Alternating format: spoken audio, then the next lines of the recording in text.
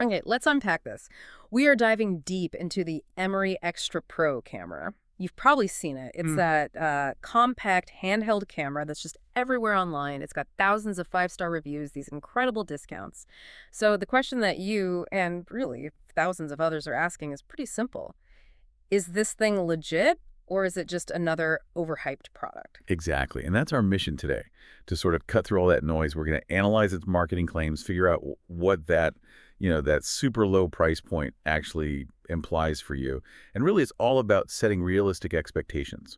When you Mhm. see a deal online that just seems a little too good to be true. And the marketing is really effective. You can't deny that. It looks sleek. It's compact. It's sold as the perfect tool for a content creator or, a traveler. It's got the built-in screen, a gimbal-style design for that promised smooth footage. It looks the part. It absolutely does. And the website, the storefront itself, is designed to build trust immediately. It looks professional, the checkout process is secure, they offer these little bundles to make it even more tempting.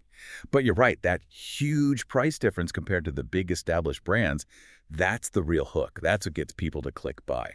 Okay, but hang on.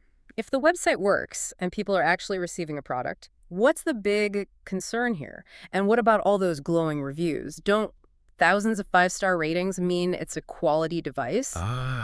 This is where it gets interesting. And it brings us right to a concept called white labeling. We found that really similar, if not identical, cameras are being sold all over the internet by different retailers, just with slightly different brand names on them. White labeling. So that's not technically a scam, is it? It's pretty common in e-commerce. Not a scam, no. It's a very common supply chain practice. But what it does confirm is that the product is built on standardized, mass-produced hardware. What's fascinating here is how that mass-produced hardware reality clashes with the high-end marketing. So that gimbal-style design, for example, it almost certainly means basic electronic image stabilization, which Yeah. is, it's not the same. It's not a mechanical gimbal. It just crops your image to create a feeling of stability. Right, so it's a software trick, not a hardware feature. Essentially. And that low price point basically sets the performance ceiling for the whole device. You should expect usable video in good daylight, some entry-level functions, Mhm. but it's not going to be professional grade no matter how many reviews you see online. So that brings us to the verdict then. Based on everything, the Emory Xtra Pro. It doesn't really seem to be a scam. You get a real product from a real website. But it's maybe more of a marketing vehicle for a very basic piece of hardware. That's the perfect way to put it. The takeaway for you, the consumer, is to just see it for what it is. Yeah. It's an inexpensive entry point into making videos, not some game-changing piece of tech.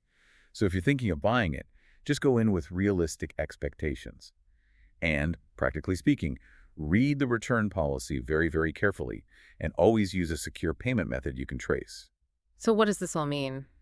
The hardware works, the website is real, but that deeply discounted price tag, that's basically the camera's real spec sheet. Right.